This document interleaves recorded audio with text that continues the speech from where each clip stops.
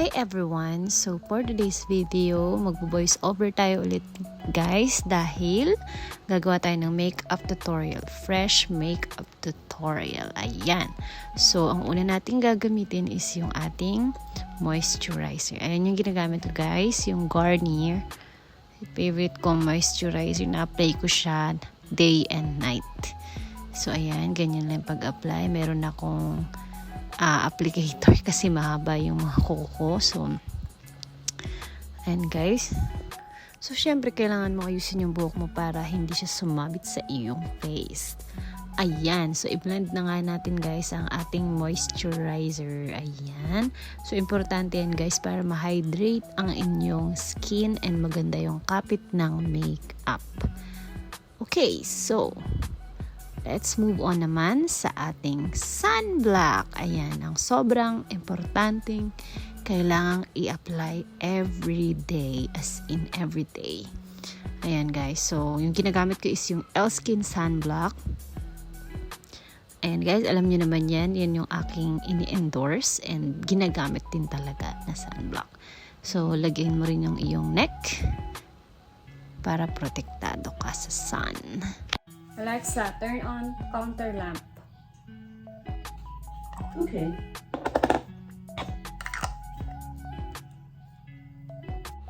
And of course guys, for my eyes, I'm using Collagen Anti-Wrinkles Eye Cream. Ayan, nabili ko yan sa SNR, I think. Mura lang yan guys, para mga $3.99. So, ayan yung nilalagay ko sa aking eyes. So, alam nyo na. 30 na tayo, so nagkakaroon tayo ng mga wrinkles. So, importante din yun, guys. Massage mo lang siya sa iyong eyes, guys, para yung ating mga wrinkles ma-relax siya. Ayan. Ma-delay siya ng konti. Ayan. So, after that, I'm using this Baby Skin by Maybelline. Ayan. Favorite ko yan gamitin, guys. Bukod sa affordable na siya, good din siyang gamitin for makeup. Apply mo lang siya guys, kahit konting-konti lang, di naman sobrang dami para hindi OA. Ilagay mo lang siya sa mga part na malalaki mga pores natin. Ayan, sa cheek and sa nose and sa ating forehead din. And for my concealer naman guys, I'm using this Nutractor 141. Ayan, sa Japan nabibilihan guys. Pero meron din yan sa Manila, meron din sa Lazada. Ayan, pwede rin sa online kayong bumili. Ayan, sa online ko na lang binibili and legit naman siya guys. So, I'm so happy. Ayan, so ganyan ko siya i-apply. So, hindi tayo magpa-heavy foundation today kasi sobrang early morning nga guys. Nagbe-makeup ako ng parang 6 AM ata yan. May pupuntahan akong event ng 9 AM. So, naisip ko na mag-light makeup lang. Yung parang fresh look lang tayo. Hindi heavy makeup. So, hindi ako gumamit ng foundation. Yan yung ginagamit ko. Actually, everyday ko siyang ginagamit. Yung Nutractor 141 na yan. Yan talaga yung favorite ko. Yan yung shade ko. So, ayan. Apply lang natin sa ating buong skin. Kita nyo naman, sobrang soft na ng skin ko. Yun pa lang nilalagay ko, guys.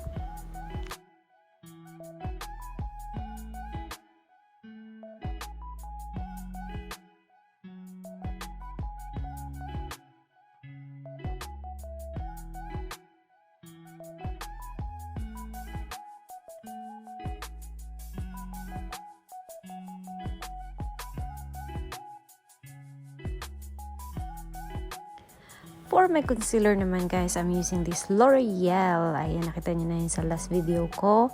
Sa elegant makeup look ko, yan din yung ginamit ko. Iba lang yung pag-apply natin.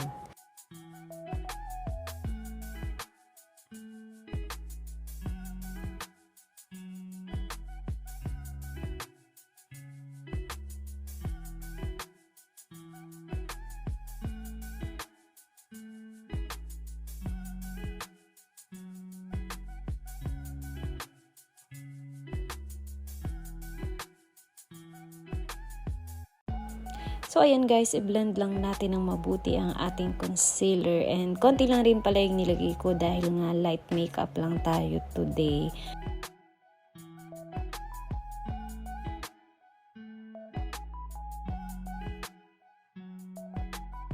And para naman iset ang ating concealer, I'm using this loose powder ng Artistry. Ayan. Matagal na yan guys. Nakita nyo na lagi kong ginagamit yan.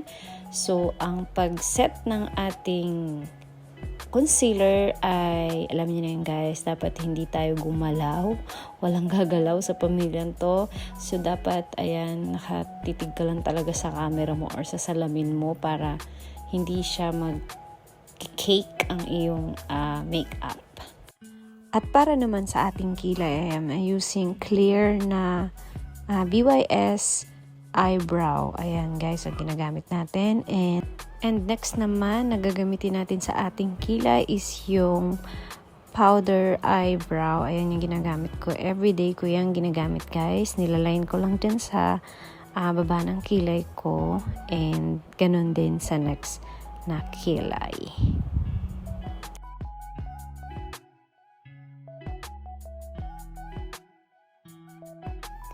I'm also using this BYS eyebrow styler. Ayan guys, every day ko din ginagamit ito guys. Super laking tulong nito and mabilis na pagkikilay every time na gagamitin ko to. At para naman sa ating eyeshadow, gagamitin ko itong Glow Baby Glow. Ayan, by BYS din guys. Suki talaga ako ng BYS. Baka naman. So, ayan guys, ang gagamitin natin is itong light pink nila dahil nga fresh look lang tayo today. So, pink lang muna tayo. Barbie look, ganon. So, ayan guys, i-apply lang natin siya dito. Ganyan lang yung ating pag-apply. Blend lang natin using our finger.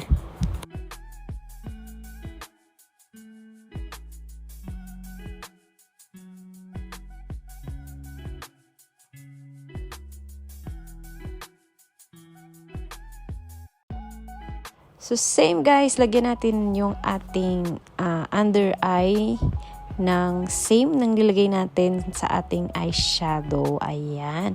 So, ilalagay lang natin dyan sa ilalim. Ayan, blend lang natin. Kulay pink din yan guys, yung nilagay ko sa aking eyeshadow.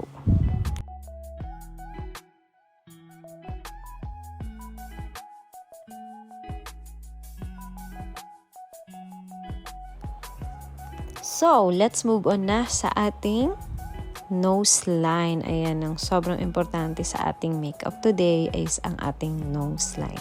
Pero dapat guys, super light lang din yung apply natin. Huwag napak na nose line. Ayan, super konti lang.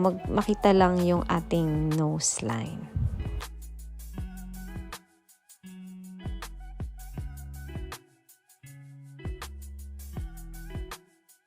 After that, so move naman tayo sa ating blush on. Ayan yung favorite ko na blush on, yung You number 5 Bubble Gum. Ayan guys, super galing ng blush on na to dahil talagang nakaka-blooming talaga siya guys, as in. Try nyo to guys, mabibili to sa any Watson's store. Ayan, so blend lang natin ang ating blush on. So tinatawid ko talaga every time sa aking nose guys, yung ating blush on para magbuka siyang natural look or look parang sun kiss, ganun. And syempre, naglalagay din tayo sa ating chin and sa ating forehead para magmukhang natural and pantay yung ating blush on. So, let's move on na sa ating eyelashes. Ayun guys, kinakir ko lang ang aking eyelash. So, hindi tayo gagamit ng lashes today. Gagamitin natin yung ating natural lashes. So, ayan, I'm using yung aking favorite mascara by Into It. Ayan, sobrang daling tanggalin ito guys and madali din siyang i-apply.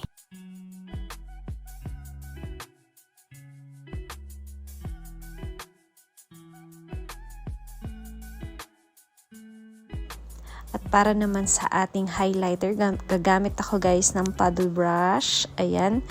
So, ang gagamitin natin, ito namang parang nude color and gold. So, mimix lang natin yan. And ilalagay natin dito sa gitna ng ating under eye. Ayan. So, dyan lang guys, dapat ilagay yung ating highlighter. And also, dito sa ating side. Ayan. So, nakita nyo, dyan lang talaga ako mag-apply dyan sa ating tear eye. And then, mag-apply din tayo sa side ng eyes. Ayan. So, para fresh na fresh talaga ang ating look today. Ayan. So, ayan. Sa side ng ating eyes. So, ganyan lang talaga guys, napili kong makeup kasi nga all day event itong aatenan natin. So, wala tayong time masyado na mag-retouch. Kaya sabi ko dapat talaga super light lang yung makeup na gagawin ko. So, ayan. And for my check eye naman guys, choice nyo ito guys kung gusto nyo maglagay ng check eye. Pwede rin namang hindi na dahil nga fresh look lang tayo. Pero ako, napili ko maglagay ng check eye sa dulo lang. So, konting-konti lang yung i-apply natin na check eye. As in, check lang talaga siya na maliit.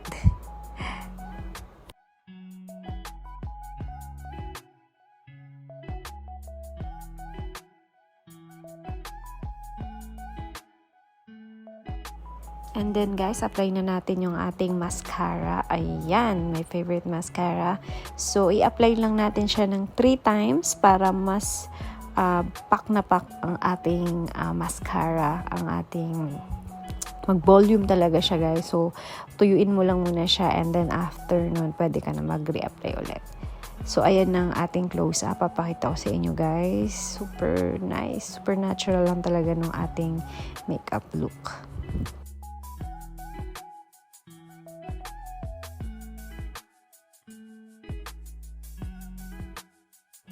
And kung napapansin nyo naman guys na parang hindi fresh yung kulay ng mata ninyo, pwede kayong maglagay nitong ginagamit ko na eye mo for red eye. Ayan, siya yung nilalagay ko every time na may mga shoot ako or lakad ako na kailangan kong naka-lens or kailangan ko na fresh yung mata ko para mas mag-clear yung eyes mo.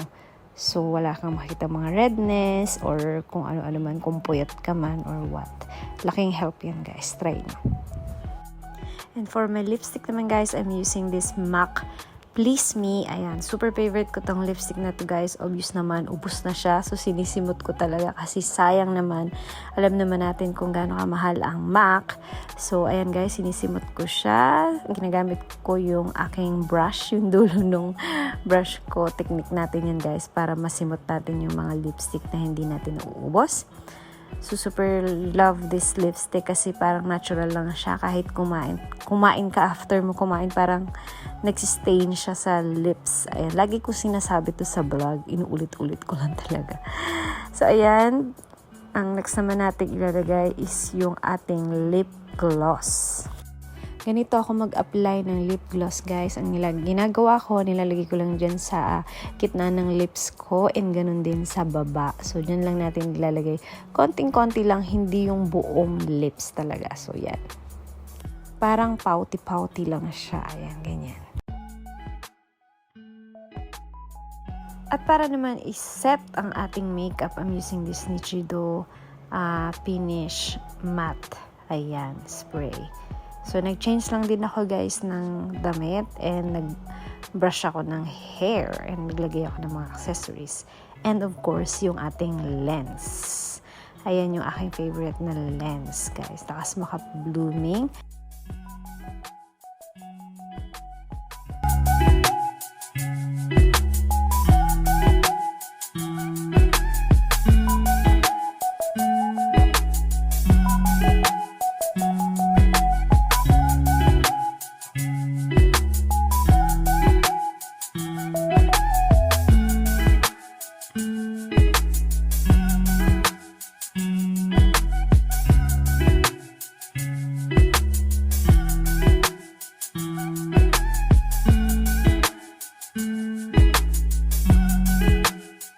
So, ayun guys, done na tayo sa ating makeup, fresh makeup tutorial. Ayan, sa ating look. Sana nagustuhan nyo guys. Super fresh look lang ito guys. And not so heavy makeup. So, naglagay lang ako ng lens para talaga mas, naglagay lang ako ng lens for more look fresh. Ayan. So, ayun siya guys. So, pwede ka din maglagay ng ganito guys. Nakalimutan kong sabihin. Pwede ka maglagay ng parang mga dot-dot dyan. So, uso yan ngayon. So, pwede tayo maglagay-lagay dito.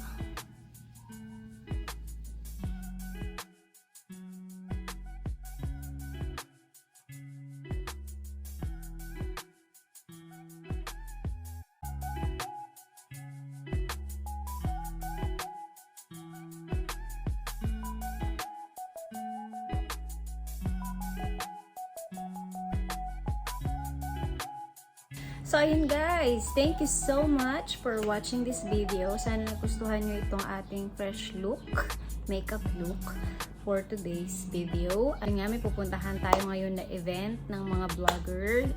Ilalagay ko dito kung sino yung mga vlogger, nakalimutan ko na. Ayan, so naimbitahan tayo na pumunta sa event ng mga sikat na vlogger sa Manila dahil nandito sila ngayon sa Palawan.